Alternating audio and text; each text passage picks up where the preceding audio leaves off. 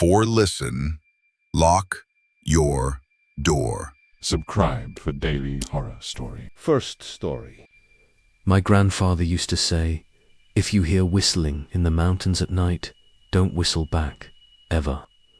I always thought it was just one of those spooky old sayings, like telling kids not to wander off alone. But now I know he meant it too.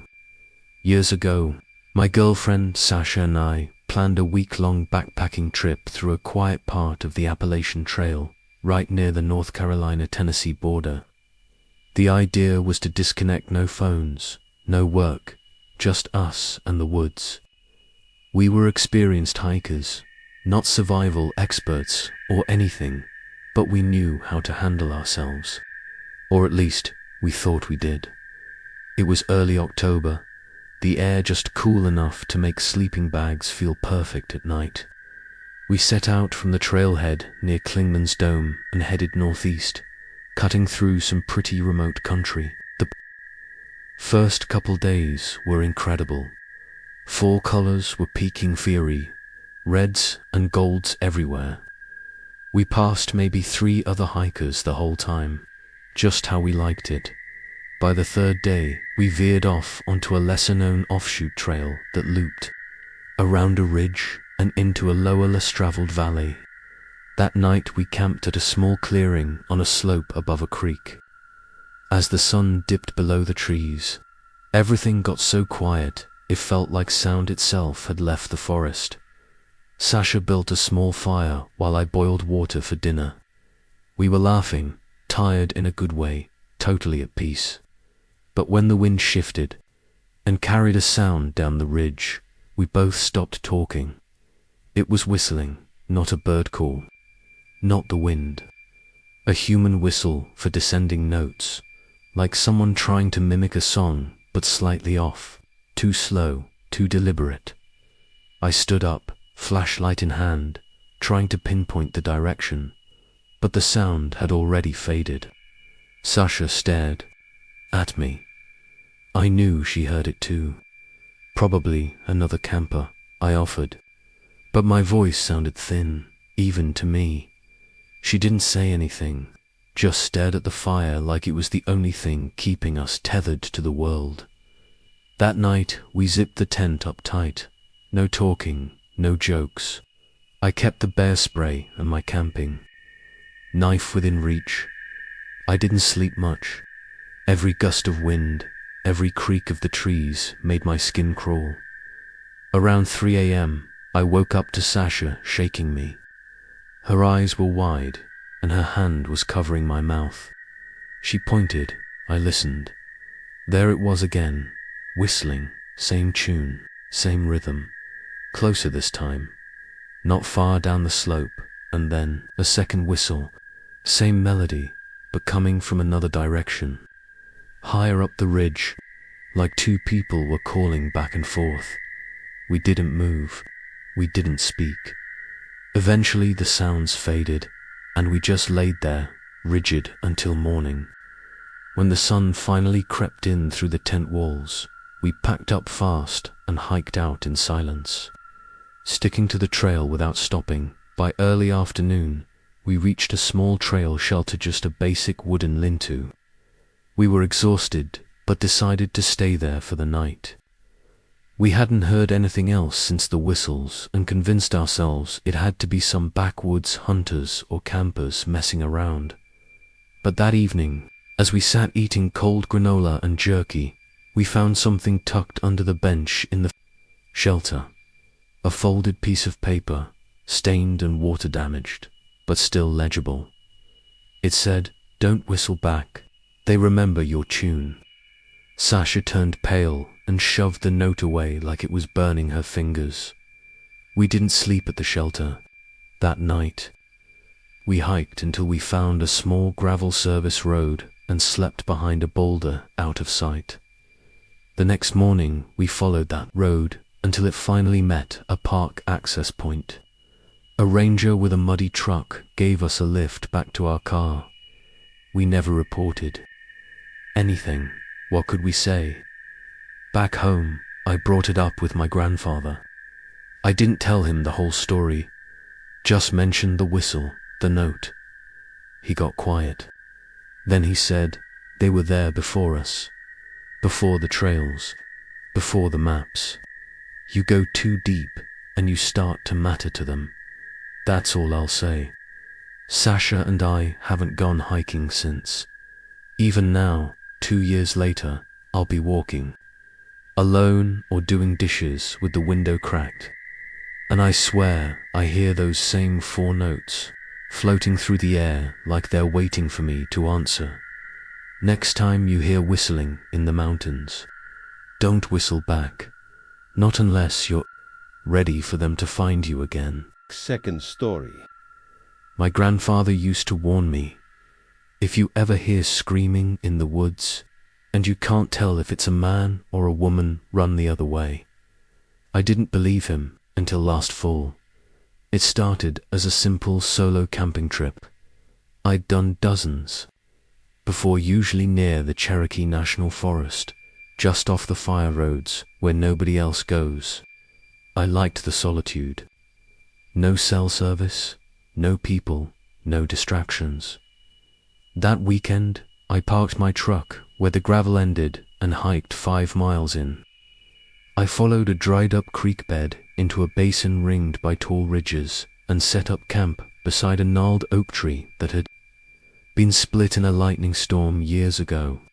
It looked like the kind of place where stories get made so quiet, so still. I thought it was perfect. The first night, everything felt normal. I cooked some beans, read a paperback, and fell asleep to the sound of wind rustling through dry leaves. But just after midnight, I woke up. There was a sound in the woods, not an animal sound, not the rustling of branches or the snap of a twig. It was screaming at first. It sounded like a woman, distant, ragged, and terrified. But as I sat up and listened closer, something was wrong. The pitch shifted. It cracked and dropped, like a man trying to imitate a woman screaming. Or maybe something not quite human trying to imitate both. Then it stopped, just like that. Silence.I. Lay back down, heart pounding. Maybe a bobcat. Maybe some rednecks messing around, I told myself. It didn't matter, I wasn't leaving my tent at midnight. I zipped my bag up to my chin and waited for sleep. But I didn't sleep. At 2:17 a.m., I checked my watch because something tapped the side of my tent just once. Then again, a light, slow scratch that moved along the nylon wall from the front corner all the way round the back. I didn't breathe. I didn't move. I just lay there, eyes wide open, waiting for it to stop. Eventually it did. The next morning, I unzipped the tent and stepped out, expecting to see claw marks or footprints. But the ground was clean, the leaf litter undisturbed. It was like nothing had ever come near my camp. That should have been the moment. I packed up and left, but I didn't. I told myself I was imagining things. I even laughed out loud to prove to myself I wasn't scared, and that afternoon I went exploring. I walked up the ridge behind my camp, looking for a better view of the basin. That's when I found the tree. It was maybe 60 feet tall, twisted and bent like it had grown under some kind of pressure. Its bark was stripped clean in a perfect spiral from the base to the first branch, like someone or something had taken a massive blade and carved around it like a candy cane. And on the trunk, nailed with rusted iron spikes, were animal skulls, fox, deer, raccoon, even something that looked like a small dog. They weren't rotting. They were clean, polished by rain and time. Some still had jawbones. The air around that tree was wrong, heavier, quieter. I could hear wind through the forest, but not here, not near the tree. And just as I stepped back, thinking I'd seen enough, I noticed something else. In the bark carved deep, old and grey were words, faded but still legible. I heard it, I followed it, I saw it, I screamed. I took a picture, turned and walked straight back to camp. I didn't sleep that night either. The wind had died and the forest had fallen into one of those dead silences. That feels... watched. I kept my flashlight and knife beside me, just in case. Then, around 3 a.m., I heard it again, screaming. Only this time, it was closer. It came from just beyond the ridge. A sound like two voices, one layered over the other, high and low. Male and female, screaming in sync. And underneath it, I heard something worse. Breathing, heavy, wet, deliberate. Like someone was standing just outside my tent, inhaling through blood and mucus. Then came the dragging sound like something scraping a stick along the zipper of the tent flap. It didn't unzip, but it stayed there, breathing, for what felt like an eternity. When I woke up, the sun was up. I was alive. Nothing had been touched. But I couldn't take it anymore. I packed in 5 minutes and hiked out without eating, drinking, or stopping. The whole way back, I felt like I was being followed. The screaming didn't return, but every now and then. The woods went so silent, I could hear my own blood pumping. Back at the truck, I jumped in, locked the doors, and started the engine. That's when I noticed the dirt on the driver's side window. Something had drawn a spiral with a finger, just like the one on the tree. I drove for hours, not stopping until I hit a gas station 2 counties away. I showed the spiral photo to a local hunter sitting outside. He went quiet, then said, "That's the screaming tree, you found it." I asked what it was. He just shook his head and said, "They say if you hear the scream, it ain't calling for help, it's calling for you." I deleted the photo, burned the boots I wore. I haven't camped since. But sometimes, when I close my eyes, I still hear that scream. Not from memory, from somewhere nearby. Next time you hear someone screaming in the woods, don't go toward it. Don't even stay. Just run. Third story. Grandma always said a sycamore's white skin hides dark veins. Never sleep where their roots tangle. What harm could an old tree really do? That question nagged me the entire drive south, winding up a forgotten Forest Service road that only locals and lost hikers used anymore.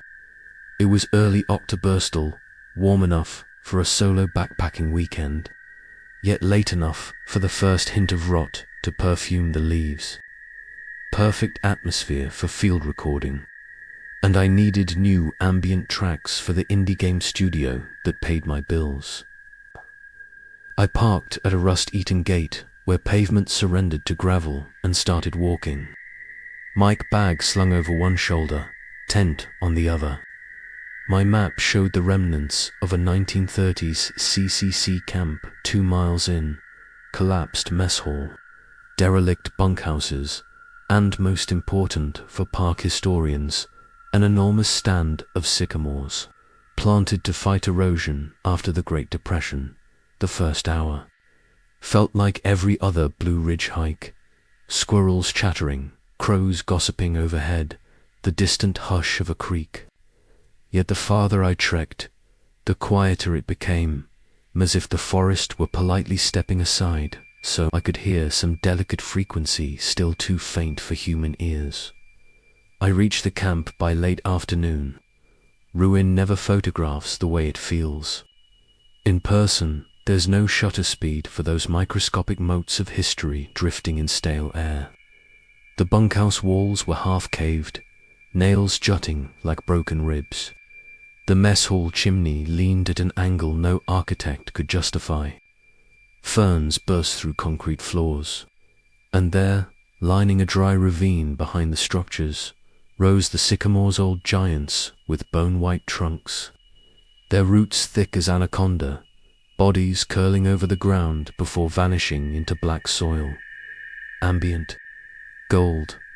I pitched my one-man tent near the ravine's edge, just beyond the drip line but close enough to capture nocturnal creaks.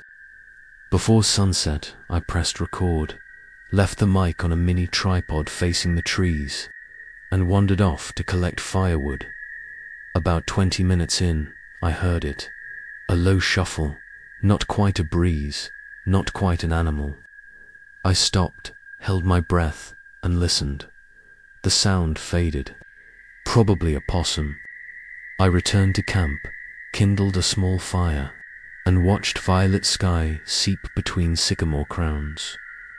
When darkness settled, I slipped on headphones to monitor the mic.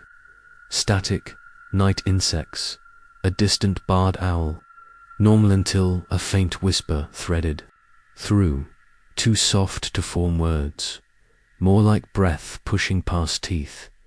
The gain wasn't high enough to catch wind. I glanced toward the ravine, nothing but skeletal branches clawing moonlight.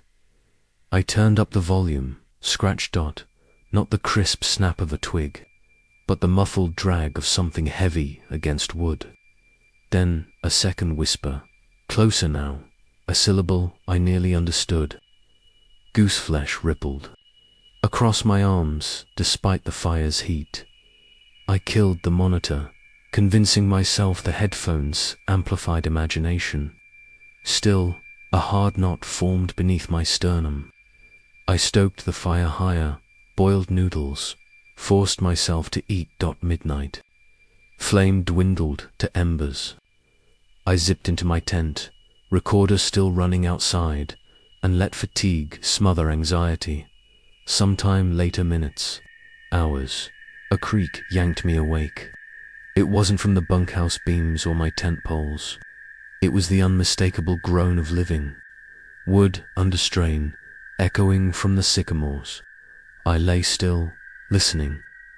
Another creak answered, deeper, as if two trunks bent toward each other in conversation. Then silence thickened again. I must have drifted, because the next sound wasn't a creak but a voice. Not a scream, not a howl, nothing crudely human. Just a brittle, childlike whisper inches from my ear despite the tent wall between us. HELP. I jerked upright, head cracking the nylon. Footsteps, no root steps, rustled the leaves outside, circling my tent with absurd slowness. Something pressed against the fabric near my knee, tracing a line as deliberate as a finger along my shin. I choked back a shout. Silence returned with such suddenness my ears rang. For a full minute I waited, muscles rigid, until adrenaline burned. Down. Then the rational voice, always late, spoke. Open the zipper, shine the light, prove it's nothing. I did, headlamp on, knife trembling in my fist. I scanned the clearing. My mic still sat on its tripod, lead blinking. No footprints, no animals. Just the sycamores, their patchy bark glowing under the beam like diseased flesh. I retrieved the recorder, ducked inside the tent, and hit playback. At first only windless hush, then faint scratching, rising like someone digging with bare hands. And over it, a chorus of breathy voices, overlapping, chanting a single broken phrase, "Let us out, let us out, let us out." My scalp crawled. I slapped stop, stuffed everything into my pack. If I hiked now, I could reach the gravel road by dawn. I unpegged the tent, adrenaline numbing fatigue, until a heavy thump sounded behind me. A root thicker than my thigh had broken the surface 2 steps away, fresh soil still tumbling off its bark. Roots don't move like that, not in seconds. Behind it another root surfaced, snake-like, angling toward my feet. Branches overhead groaned. Sycamore trunks leaned. Not with the wind there was none, but with intention. Pivoting minutely as though the whole stand sought better sightlines. I bolted. Pack half zipped, tent dragging. I sprinted across the old parade ground, my headlamp jerking shadows. Roots burst from earth, tripping, cracking, lashing like petrified eels. One scraped my calf, slicing denim, but adrenaline kept me upright. I cleared the clearing and dove into second-growth forest where oaks and maples dominated. Here the ground lay root-tangled but stable.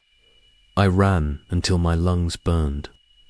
Finally, I collapsed against a boulder, headlamp off, gulping night air. Moonlight silvered the ravine behind me.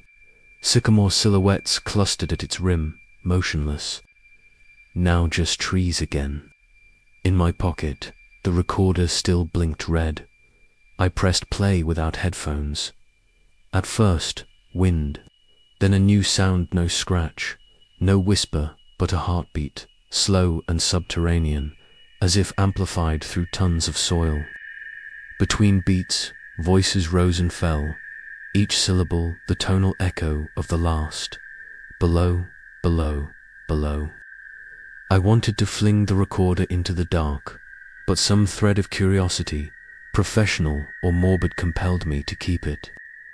I forced myself onward, flashlight low to avoid roots, until gravel crunched under boots. The gate appeared like a salvation arch. Dawn's first grey washed the treetops. I stowed my gear in the back seat, slammed the hatch, and collapsed behind. The wheel, hands shook too violently to fit the key. That's when I felt it, vibration through the tires, a sluggish, rhythmic thud, like something huge striking earth, coming from the direction of the ravine. Bracing, I turned the ignition. Headlights flared across the gate, illuminated a shape kneeling on the gravel. At first it looked human, draped in muddy rags. Then it raised its head. Sycamore bark clung to its skull like a cracked mask, roots dangling from its jawline. Empty sockets wept black sap. It spoke without lips, voice burrowing through glass and skin.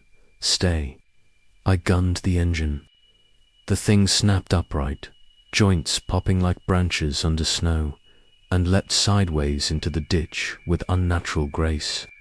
Tires spit stones, and I roared past, heart-battering ribs. 10 minutes down the mountain, cell bars returned. I pulled onto a lookout, dialed 911, and tried to explain trespassers, cultists, something at the old CCC camp. The dispatcher promised to send county deputies. I waited, engine idling, recorder silent on the passenger seat. After half an hour, headlights. Approached one cruiser. Deputy Mendez, mid-40s, polite but tired. I told him everything except the moving roots. Sanity felt negotiable, and I needed him to believe enough to investigate. He drove up alone. Sunrise painted the sky pink. I watched his taillights vanish into forest gloom, clutching coffee from the glove box like a talisman. 10 minutes, 15, 20. Radio crackle burst from my door, speaker the open. Channel deputies used for routine check-ins. Static, then Mendez's voice. Central, I'm at the old CCC site. Structures are clear. Found abandoned camping gear. No sign of silence. A low thump followed, like a microphone brushing fabric, then faint breathing. Another voice bled through, faint childlike Belotha. Transmission ended with a sharp crunch. I floored it. Half-mile later, I passed 2 more cruisers ascending. I flashed lights, rolled window, houted that Mendez wasn't responding. They waved me back to Wardtown. Protocol be damned. I drove until Cell. Signal was solid, pulled into a diner parking lot, and sat shaking. The recorder still lay on the seat. I should have smashed it, but curiosity would haunt me more than truth. I pressed play. The final track began with my sprinter frantic rustle. The whispers, then a new layer, wet squelches, soil shifting, hundreds of tiny clicks like fingernails. Tapping wood at the end, clear as day, a voice that was both a whisper and a roar. Roots remember, roots hunger, roots wait. I've replayed that line 1,000 times, hoping to hear something else. I never do. 2 days later, local news reported Deputy Mendez missing. Search teams found his cruiser parked at the site. Engine running, radio smashed. They assumed he'd chased a suspect into the forest and gotten lost. Bad luck, they said. Rough terrain, hidden mine shafts. They never mentioned the sycamores, but I drove back within viewing distance, never crossing the Gatine, saw the trees again. There were more of them now, as if the grove had crept several feet closer to the road. I mailed the recorder and SD card to a friend at the game studio with no return address. I burned the tent, the boots, even the map. I still camp, just never near sycamores, and never alone. But sometimes, on humid summer nights, I wake to the smell of sweet, rotting sap. It seeps through walls that should keep nature outside.